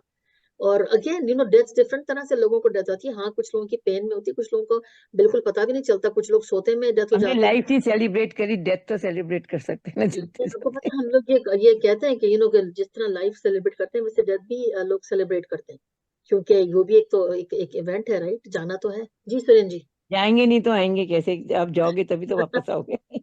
पेन जो है वो ट्रांसफॉर्मेशन के लिए जरूरी है। जब हम पैदा होते हैं, जिसको हम पैदा होना मानते हैं, वो पैदा होने के लिए भी पेन जरूरी होती है। ऐसा कोई वो नहीं है कि बच्चे को बिल्कुल आराम से सोफे पे बिठाया और ले आए दुनिया के अंदर। वो बच्चा हेल्दी नहीं होगा, उसके दिमाग वो उतना तेज नहीं होगा, उसकी सेंसेस और वो चीज, वो जो डिलीवरी के टाइम का जो पेन है वो आगे आने वाली बहुत सी चीजों के लिए प्रिपेयर करता है। जो डेथ के टाइम की जो पेन है वो अगर आप बर्थ देखें और डेथ देखें, उन दोनों में कोई भी फर्क नहीं है। आप बर्थ के टाइम भी एक पर्टिकुलर लाइफ फॉर्म से दूसरे पर्टिकुलर लाइफ फॉर्म में आ रहे हैं। बिल्कुल डेथ में भी आप एक पर्टिकुलर लाइफ फॉर्म से दूसरे लाइफ फॉर्म में जा रहे हैं, और दोनों ही केसेस में ये जो पेन है, जिसको हम पेन मानते हैं, मतलब वो पेन नहीं है असल में। अब वो चक्कर क्या है कि हम अगर जब फुलके को तवे पे डालते हैं तो वो फुलके के लिए पेन है, लेकिन अगर उसको पेन ना दी जाए या उसको हीट ना दी जाए तो वो आटा सड़ जाएगा। बिल्कुल सही एक्चुअली बात। हमारी तो कम्युनिटी इस बात को समझ नहीं पाती है ना। We are not ready, we are very condition by our religion, our sanskar और आर थिंकिंग की ऐसा करने से उसकी आत्मा भटकेगी, हमने ऐसा किया तो हम सब समझते अनटाइमली हैं डेथ। जी, हमें सीरियल समझ में आ जाते हैं, उनकी कहानियां समझ में आ जाती हैं, सास बहू समझ में आ जाता है। हम सिर्फ वही नहीं समझते जो हम समझना नहीं चाहते, अदरवाइज हम बहुत ज्यादा समझदार हैं। Again, it's a personal choice. You know ji what ji I ji mean? बिल्कुल, Again, नहीं, आई जैसे टोटली मैंने एग्री। अभी मैंने बात की advanced care planning and all that. Again, this can be a part of advanced care planning. कि जी, if I am ji in a lot of pain, I want exercise made or not. Right? I want to have, like उसमें बताया DNR, do not resuscitate. क्या मैं चाहूंगी कि मुझे artificially, artificial respiration दी जाए और ये सब कुछ किया जाए? नहीं, मैं नहीं चाहती। या अगर मैं चाहती हूँ कि मुझे बचाया जाए, तो मैं ये सारी आपकी विशेस और विल है। ठीक है, जो आप अपनी जो भी आपके, मैंने कहा ना, इस कनाडा में फैमिली की डेफिनेशन भी बहुत बड़ी है, स्पाउस की डेफिनेशन भी बड़ी है। फैमिली, आप कोई भी आपकी फैमिली हो सकता है, कोई बहुत अच्छा दोस्त जो आपके करीब हो, ठीक है ना, जी जो आपके साथ रहता हो, तो वो आप इतनी ह्यूज डेफिनेशन है। तो आप किसी को भी जिसपे आप ट्रस्ट करते हो और जब आप समझते हैं कि डिसीजंस आपके लिए ले सकता है, जब ऐसी कोई सिचुएशन हो, तो आप उसको कोई चीज डेलीगेट कर सकते हैं। ठीक है। अच्छा, जी मैं बिल्कुल। आपको एक चीज और बताऊं कि मैं ये चैट बॉक्स में हमारी हेल्पलाइन का नंबर लिख रही हूँ। जी ये जरूर। हेल्पलाइन हॉस्पिस की है, तो ये जो है ना, अगर किसी को हेल्प चाहिए हो, या तो ये नेविगेट भी कराते हैं, यानी आपको बताएंगे कि क्या हेल्प अवेलेबल, जरूरी नहीं कि कोई पैलिएटिव ही हो। 1865 इस पे कॉल कर सकते हैं, 667 and 183। Can we contact you Asma if you need your help something? मुझसे कांटेक्ट करके क्या करेंगी बीना जी, बताइए। मतलब किसी को आपका नंबर दे सकती हूँ। आप किस तरह की हेल्प के लिए आप नंबर दे नहीं सकते पता नहीं, बहुत दुनिया दुखी है भाई। हैं? हाँ, दुनिया दुखी तो है बीना जी। अभी आप लोगों से बात करने से पहले मेरे दूसरे सेल फोन पे एक फोन आया, मैंने कहा जी, तो उन्होंने अपना नाम बताया कि आपका नंबर दिया। मैंने कहा मैं 5 मिनट में एक जूम सेशन कर रही हूँ, तो आप मुझे रात को कॉल कर लेंगी। तो वो पता नहीं क्या परेशान थी, तो कर लेंगे। अच्छा, तो अभी इसके बाद उनसे, लेकिन अगर ऐसी कोई चीज हो, give it to Uzma. This is MWC का प्लेटफॉर्म है, उज़मा हाजिर है। उज़मा तो 24 घंटे, उज़मा का तो काम ही यही था। उज़मा का नंबर दीजिए, and if I can be of any help, उज़मा definitely would let me know, अगर मैं अपनी कैपेसिटी में कुछ कर सकी। एक चीज मैं आप लोगों को और बताऊं, एक जो जितना भी मैंने आपसे भी बात की फ्रॉम, थोड़ा सा मैं आपको रेफरेंस दे रही हूँ। स्पीक अप ओंटारियो एक बुकलेट, एक वेबसाइट है, बल्कि उस पर जाइए आप। ये है, पहले ये प्रिंट फॉर्म में भी आती है। इसमें सारा जो कुछ मैंने कहा है ना आपको, आप हमारी वेबसाइट भी चेक कर सकते हैं और इस पे भी जा सकते हैं। इस पे ये और तफसील में दिया हुआ है, speakupontario.ca। सोफिया प्लीज इसका लिंक ऑल इज वेल में शेयर कर लीजिएगा। कमला जी वो देखने की कोशिश कर रही थी कि क्या है बुक, है ना कमला जी? अच्छा, सॉरी। जी, तो हम वो उसमें शेयर कर देंगे ग्रुप में, तो आप वहां से ले लीजिएगा, ठीक है? क्योंकि इसमें एक वर्क बुक टाइप भी है ना, इसमें एक वर्क बुक टाइप है, उसको भी आप उस पे भी काम कर सकते हैं। तो क्योंकि आप किस तरह अपने आप को इस तरह की कॉन्वर्सेशन के लिए प्रिपेयर कर सकते हैं। मैं अभी थोड़े महीने पहले एक चर्च में ग्रुप कर रही थी, तो वहां किसी ने एक बड़ी जबरदस्त मुझे किताब बताई, जो मैंने अभी तक ऑर्डर नहीं की, अमेजोन पे शायद ऐसी $15-20 की है। वो ना एक बिल्कुल ऐसी है जैसे हम अपनी वसीयत या वो लिखते हैं ना, उसका नाम भी बड़ा वो है, मेरे ख्याल उसका नाम है I am dead now what. तो मैं सोची थी मैं उसको ऑर्डर करूँ। उसमें ये कि अगर आप उसमें से पहले चल के अपने पासवर्ड्स लिख सकते हैं। आजकल तो मेरे ख्याल में हमारे पास हर एक के पास कोई 50-60 तो पासवर्ड्स होंगे ना, तो अपने फेसबुक तो ये तो बैंक तो ये तो वो सब कुछ, तो वो सारे पासवर्ड्स हैं। अगर मुझे कुछ हो जाए तो क्या करना है, क्या चीज कहाँ रखी है। तो वो बुक है ना, I am dead now what, blue colour का उसका कवर है। तो आई don't know at any stage अगर मैं उसको ऑर्डर करूंगी तो आप लोगों के साथ जरूर शेयर करूंगी। तो अगर मैंने अपनी बच्चे से कहा कि मैं वो ऑर्डर करती हूँ, उसने कहा कि क्या जरूरत है, तो आप वैसे ही कहीं लिख दें। तो मैंने कहा नहीं, वो जरा इजी है क्योंकि उसमें क्वेश्चंस हैं, बस उसे फिल इन द ब्लैंक्स करने। तो ऐसी जो चीजें हैं, अगेन हमें घबराने या डरने के बजाय सवाल पूछने चाहिए। I always encourage people to ask questions. Canadian system से डरना नहीं चाहिए कि जी लैंग्वेज का बैरियर है। एक शुरू में जब मैंने इनको ज्वाइन किया तो किसी ने मुझे फैमिली से कनेक्ट किया, साउथ एशियन अगेन। तो उनके ससुर आए हुए थे पाकिस्तान से, उनकी इमिग्रेशन फाइल हुई हुई थी, फैमिली सिटीजन थी। वो बीमार हो गए। He was like 65 plus, probably 70 में भी। वो लोग पैनिक कर गए, ओहिप नहीं था उनके पास, अंकल के पास। उन लोगों ने डॉक्टरों को बुला लिया, नर्सों को बुला लिया, $25,000 के कर्जे में फंस गए वो लोग। ठीक है, फिर वो हमसे कनेक्ट हुए। मैंने उनसे कहा कि देखो मैं हॉस्पिटल के साथ नहीं, आई डोंट नो इफ ओहिप नहीं, लेट मी आस्क। उन्होंने मुझसे पूछा, मैंने हॉस्पिटल से पूछा, हमारे काउंसलर्स ने बोला let us figure out a way. उन्होंने किसी तरीके से फिगर आउट किया। उसके बाद वहाँ डॉक्टर भी गए, वहाँ नर्सेस भी गई। उनकी पैसे खर्च करने बंद हो गए, वो पूरी उनको हेल्प मिली। 1 साल के बाद वो अंकल ही पास्ड अवे। लेकिन अनफॉर्चुनेटली जो $25,000 का कर्जा था वो तो हम नहीं पे कर सकते थे। लेकिन अगेन घबराने के बजाय सवाल पूछें। ये मत सोचे कि लैंग्वेज का बैरियर है, ये मत सोचे कि जी कॉस्ट अटैच्ड होगी। ठीक है ना, सवाल पूछिए, इन चीजों को जानिए। मैंने इतने सालों से सेशंस कर रही हूँ। अक्सर शुरू में सेशन के बाद कोई ना कोई मेरे पास आके खड़ जाता था और रो रहा होता था ना, हमें पता नहीं था, हमारा वो भांजा मर गया, हमारा यूं, हम लोग डर गए थे, हम ऐसा हो गया था। ठीक है, हमने सोचा कि लोग क्या कहेंगे, हम हॉस्पिस की हेल्प ले रहे हैं, ये वो। I said it's the system, it's like just like going to a hospital. तो क्यों आप हेल्प नहीं लोगे वॉलंटियर्स? हम किसी ने कहा नहीं, बाहर से कोई आएगा, PSW आएगा तो लोग मजाक उड़ाएंगे, सेवा नहीं कर पा रहे अपने घर वालों की। ये सब के कितनी गलत बातें हैं। वी हैव टू बी, बार बार एक बात हर सेशन में कहती हूँ, बी जेंटल विद योरसेल्फ। हम लोग साउथ एशियंस बड़े कड़क है अपने साथ ना। बच्चे हैं तो उनको 99.9 भी आ गया अगर, तो 100% क्यों नहीं आया। ठीक है, तो ये जो चीजें ना, थोड़ा ऐसे ढीला नहीं छोड़ना कि बच्चों को बोले कि 33 पे बस पास हो जाओ, दुनिया बदल गई, वो भी गलत है।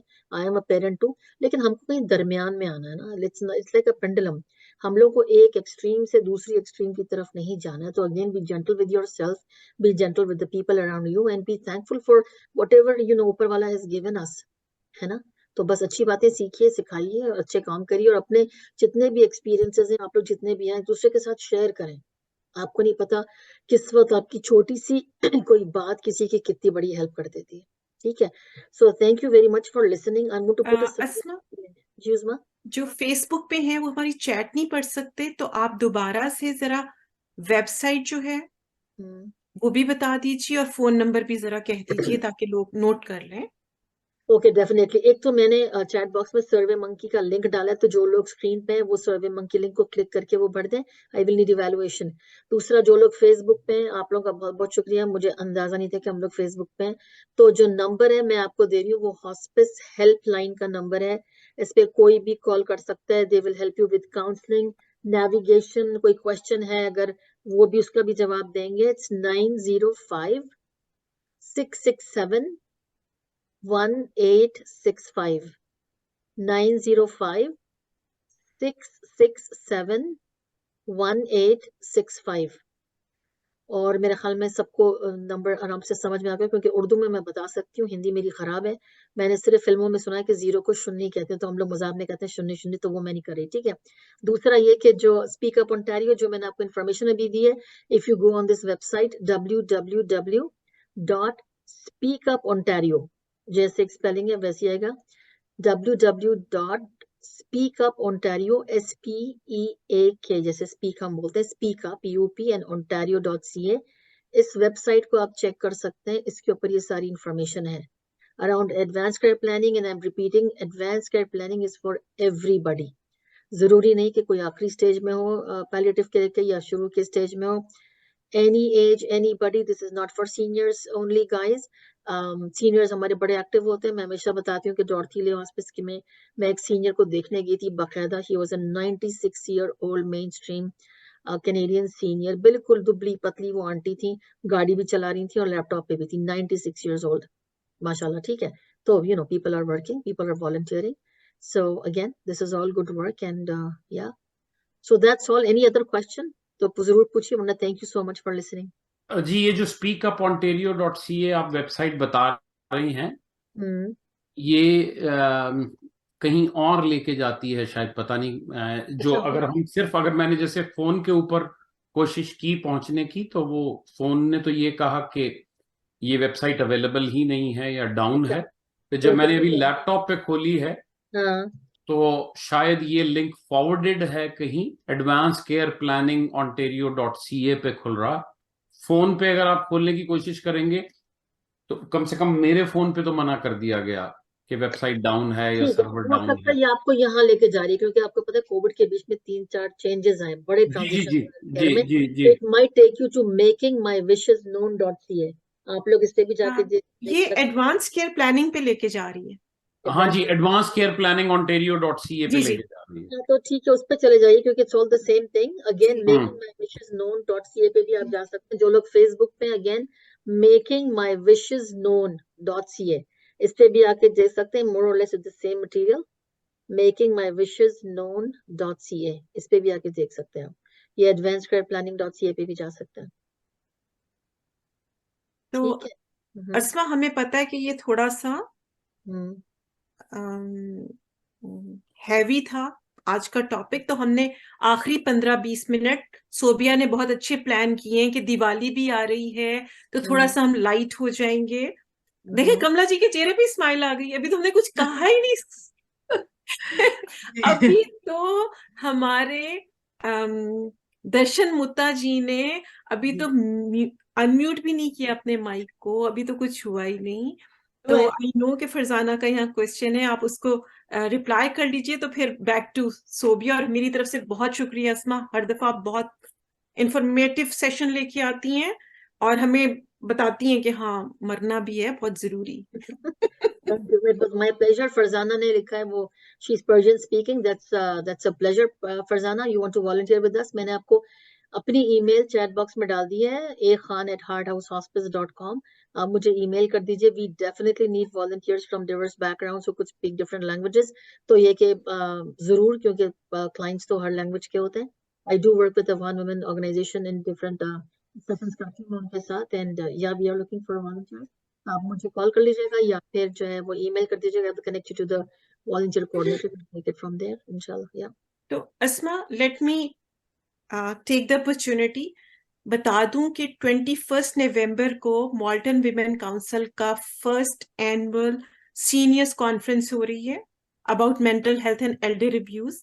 अस्मा खान इज द कोऑर्डिनेटर और हमें उस दिन के लिए भी वॉलंटियर्स चाहिए हैं। तो मैंने कहा लगे हाथों हम ये भी अनाउंस कर देते हैं। तो आप में से जो अवेलेबल हो, हमारे टाइमिंग्स 10 to 4 o'clock है। अगर आप फुल टाइम के लिए अवेलेबल नहीं है, हम आपको कर सकते हैं। 2 शिफ्ट्स हैं हमारी, एक आई बिलीव अस्मा 10 to 1 है और एक 1 to 4 है। 1 to 4 है। और अगर आप वैसे भी आपकी अवेलेबिलिटी बता दें आप हमें, तो हम उसमें एडजस्ट कर देंगे। हमें वॉलंटियर्स इस सेंस में चाहिए, थोड़े फूड को हैंडल करने के लिए वॉलंटियर्स चाहिए, थोड़ा सीनियर्स को ग्रीट करने के लिए। वैसे तो हैं टेबल्स के ऊपर, लेकिन अगर आप लोग करना चाहेंगे, you would love to have you. 21 नवंबर को है 10 से 4 के बीच में। और I would love to do that too, yeah. It's in Mississauga valley community centre. Parking वहां पर काफी है, और ये कि कोई मुश्किल आप लोग होनी नहीं चाहिए, वेरी एक्सेसिबल। तो जरूर आप लोग पार्टिसिपेट करें उसके अंदर। थैंक यू सो मच अस्मा। और मदन अंकल का हाथ खड़ा हो गया। Asma ji, this is a very good program. I heard that fully. Being in the industry, finances, we do talk about long-term care. एक चीज मैं फाइनेंशियल पॉइंट ऑफ व्यू से बतानी चाहूंगा, जो शायद किसी को पता हो या ना हो पता हो, जो मेरे को नहीं पता। कुछ लोग ऐसे होंगे जिन्होंने कंपनी के साथ काम किया, पेंशन है उनकी पड़ी होती है, लेकिन उसमें एक कंडीशन होती है कि वो 65 की एज से पहले नहीं निकालते, और उनको कोई बीमारी हो जाती है, जिसे लॉन्ग टर्म के नहीं, कोई बीमारी होती है जिसको कहते हैं कि you have a short life to live, mean 4 to 6 months to live, terminal illness. कोई ऐसा इंसान हो जिसके पास पेंशन हो अपनी कंपनी की और वो निकाल नहीं सकता, तो उसमें एक रूल है कि जिसको डॉक्टर ये लिख के दे दें कि इसकी लाइफ स्पैन शॉर्ट है, तो वो पैसे अपने निकाल सकता है, लेकिन टैक्स लगेगा लेकिन पैसे निकाल सकता है। बहुत अच्छी इन्फॉर्मेशन दी आपने इस वक्त। आप लोग की समझ में आई मदन अंकल ने क्या समझाया है? I will say it again, अगर किसी इंसान ने काम किया, वो जरूरी नहीं कि 65 है, वो कम भी हो सकता है, ज्यादा भी हो सकता है, सिर्फ उसको ये कंडीशन है कि उनकी कि वो 65 से पहले पैसे नहीं निकाल सकते। उसे कहते हैं lira, locked in registered account, वो उसका नाम है उसका, उस अकाउंट का।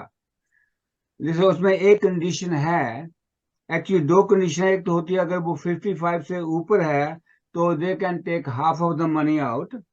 दूसरी कंडीशन होती है अगर उसको शॉर्ट टर्म लाइफ हो, जैसे मैंने कहा कि डॉक्टर बता दे कि वो 4 to 6 मंथ्स, 6 मंथ्स के करीबन जीने वाला है, वो चाहे वो 8 साल जीए बाद में, जहाँ एक दिन जिए बाद में, वो बात नहीं है, लेकिन डॉक्टर का लेटर होना चाहिए कि वो एक्सपेक्टेड लाइफ उसकी शॉर्ट है।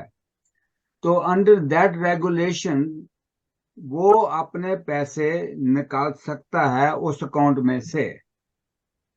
तो ये मेरा बताने का था कि दिस इज नहीं, अच्छा फाइनेंशियल, इन्फॉर्मेशन है, अच्छी इन्फॉर्मेशन है। फाइनेंशियल जो हार्डशिप आ जाती है कभी कभी, अगर उसके पैसे हैं अपने, मैं ये नहीं कह रहा कि सभी के हैं, अगर किसी के हों, किसी का लफ्ज आता है lira, LIRA, locked in registered account, that's what short is lira, LIRA। अगर वो अकाउंट हो और वो आदमी 65 नहीं है, और उसको, मेरे एक दो क्लाइंट थे, किसी को कैंसर था, तो जब उसने बताया कि मेरे को डॉक्टर ने बताया कि 1 साल से कम तो जीना है, तो मैंने कहा कि देख तेरे पैसे हैं, निकालना चाहे निकाल सकता है। तो उसने निकाला, लेकिन उसकी अब ऐसी था कि 3-4 महीने के बाद डेथ हो गई। पर वो तो उस पे टैक्स नहीं देना पड़ता उनको?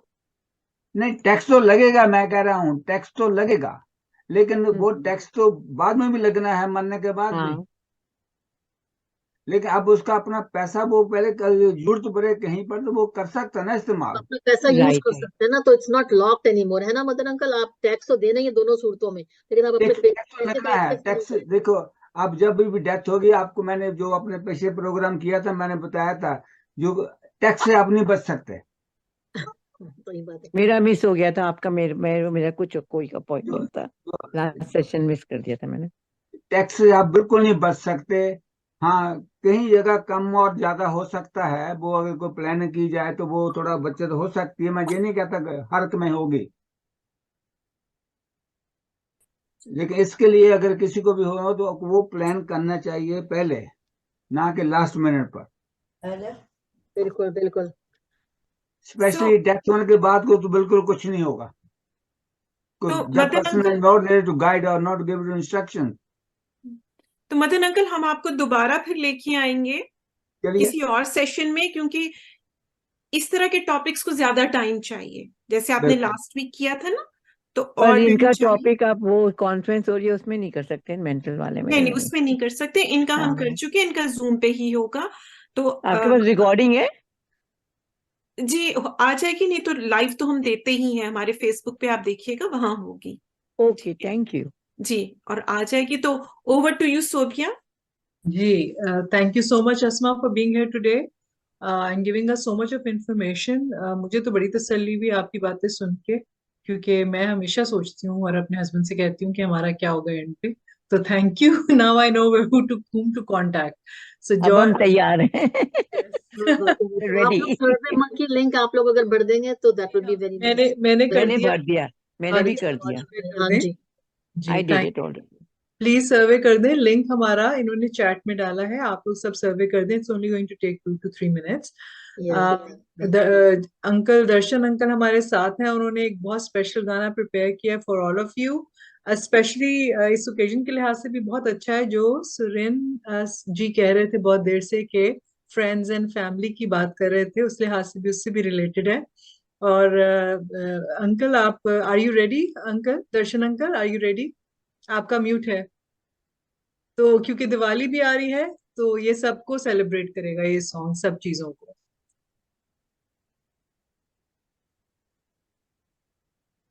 Yeah, thank you, Sophia ji. Ji, over to you, uncle. So I'll see if is the volume okay? Ji, it's perfect.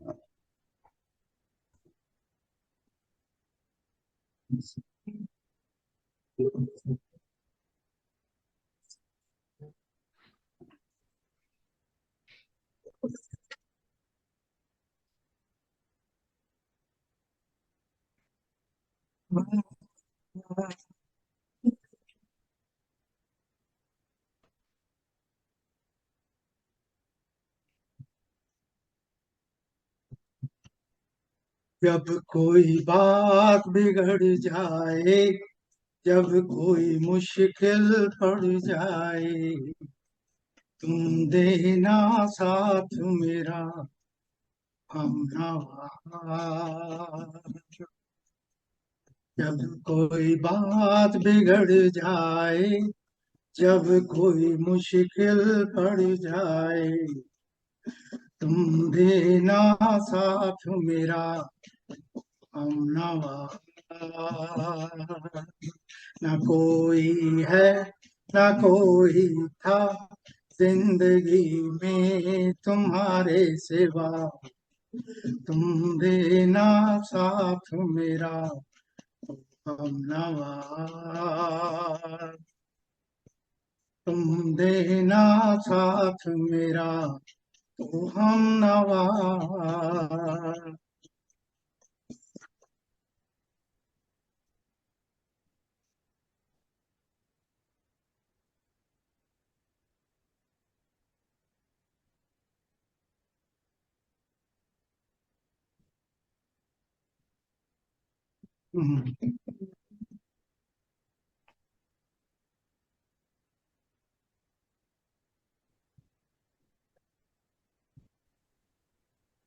वो चांदनी जब तक रात देता है हर कोई साथ, तुम अगर अंधेरों में ना छोड़ना मेरा हाथ। वो चांदनी जब तक रात देता है हर कोई साथ, तुम अगर अंधेरों में ना छोड़ना मेरा हाथ। जब कोई बात बिगड़ जाए, जब कोई मुश्किल पड़ जाए, तुम देना साथ मेरा हमनवा। न कोई है न कोई था जिंदगी में तुम्हारे सिवा, तुम देना साथ मेरा ओ हमनवा।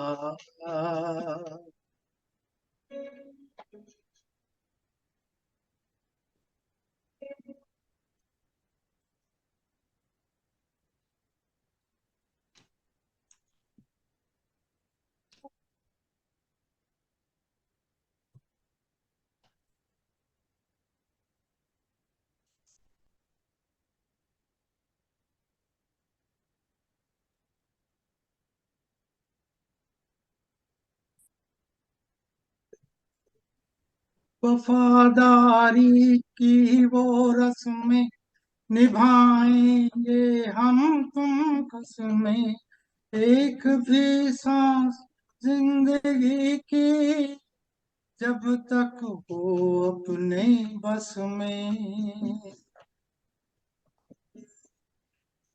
वफादारी की वो रस्में निभाएंगे हम तुम कसमें, एक भी सांस जिंदगी की जब तक हूँ अपने बस में, कोई बात बिगड़ जाए, जब कोई मुश्किल पड़ जाए, तुम देना साथ मेरा हमनवा। न कोई है न कोई था जिंदगी में तुम्हारे सिवा, तुम देना साथ मेरा हमनवा। Thank you. तो बताएं अब और कौन गाना गाएगा? इसका इन्होंने एक कहा है तुम देना साथ मेरा हमनवा, तो कौन गाना इसमें इसका एक फीमेल वर्जन भी है इस गाने का। उज़मा गाएगी अभी। Uzma is very good singer. Female version है इसका, जब कोई बात बिगड़ जाए, जब कोई मुश्किल पड़ जाए, तुम देना साथ मेरा, बबलू के पापा।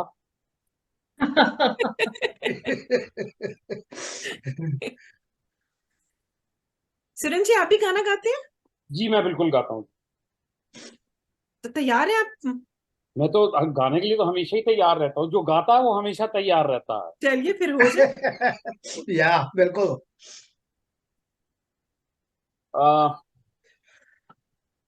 फिर एक दिन की बात बताऊं, एक सयाद चमन में आया, ले गया वो बुलबुल को पकड़ के, और दीवाना गुल मुरझाया, और दीवाना गुल मुरझाया। शायर लोग बयां करते हैं ऐसे उनकी जुदाई की बातें, गाते थे ये गीत वो दोनों, सैया बिना नहीं कटती रातें, सैया बिना नहीं कटती रातें। मस्त बहारों का मौसम था, आंख से आंसू बहते थे, एक था गुल और एक थी बुलबुल। आगे गाना तो बड़ा लंबा है, बट बहुत ज्यादा टाइम लग जाएगा। या गाना लंबा ही है। या जी जी, ब्यूटीफुल सॉन्ग। थैंक यू जी। बहुत दिनों के बाद सुना, वही सालों के बाद सुना। शशि कपूर और नंदा जी पे पिक्चराइज था ये। गाने तो बहुत हैं, लेकिन बात वही है कि सभी की अपनी मसरूफियात है, आगे कमिटमेंट होंगी, सबने जाना हो। दर्शन जी, आपने कुछ और भी तैयार किया हुआ है आज के लिए? और तो तैयार नहीं है, I have a little bit irritation in the throat. Okay okay, हर बड़े गुलूकार की तरह, अरे हर सिंगर अंकल आपको गाना गले में खिचखिच, गले में खिचखिच, क्या करूं? I forgot to take my cough drops. Kamla ji, क्या ख्याल है? अनम्यूट करके हो जाए आपकी तरफ से भी। अनम्यूट कीजिए। बहुत अच्छा गाया, बहुत सुंदर गाया। और नेक्स्ट उनको जो नेक्स्ट भी बोले, उन्होंने बहुत, अरोड़ा साहब ने बड़ा सुंदर गाया है। तो अगर कोई और मैदान में नहीं आ रहा तो क्या ख्याल है सोबिया, फिर हैप्पी दिवाली करके हम सबसे इजाजत चाहें? जी बिल्कुल। Looking forward to see you on Friday yes 6 to 7. Yes Good. Okay, thank you Will everyone be for being here. will be Thank on you. Zoom. Will be on Zoom meeting. It will be on Zoom. It will be our annual general meeting. Right. जी। Thank That's good. Kamala ji, आप in person आ रही है 21 नवंबर को हमारी? Yes I am coming. हम मिलेंगे। जी, मुझे ये सोबिया को नाम भेज दीजिए। भेज दिया हुआ मैंने, ओ अच्छा अच्छा, ठीक है, भेजा हुआ है। और ठीक। कहाँ वहाँ मिलने का कोई खास जगह होगी सबकी के मिलने में? आप वहीं आएंगे तो वहां हम लोगों का रूम नंबर जो है वो तो है। हमारे उस पे लिखा हुआ है फ्लायर पे। हाँ, पिछली बार ऐसा हुआ था कि साइड और हो गई, तो बाद में आपसे ही मुलाकात हुई थी, बाकी नहीं हो सकती। जी वो असल में किसी और ऑर्गेनाइजेशन का था ना, हाँ बिल्कुल ये तो मॉल्टन विमेन काउंसिल का है। ठीक है। तो हम वहां शुरू में कुछ ऐसा लगाएंगे कि आपको पता हो कि आपने कहाँ जाना है, एलिवेटर लेके। ठीक ठीक ठीक है, मिलते हैं कोशिश करेंगे हमारे कुछ वॉलंटियर्स हों जो ग्रीट कर सकें, गाइड कर सकें आप लोगों को। सो अच्छा सब मिलेंगे, ये नहीं जी होता, कभी कभी मिलता है ऐसा तो। Thank you ठीक so है much. Thank you so much, Darshan uncle, and thank you so much, Surenji. Thank you, Uzma. We'll see you next this Friday plus next Wednesday. And So thank you Sobia for hosting Yeah. A wonderful session as usual. Yeah. thank you, Uzma. Sobia is doing a good job. Yeah. Thank Yeah. you. Nice. Yeah. Thank you, uncle. Thank you so much. So kind of you. Okay. Yeah. All Okay. right. Until next time. Bye bye. Goodbye. Yeah. Goodbye. Yeah.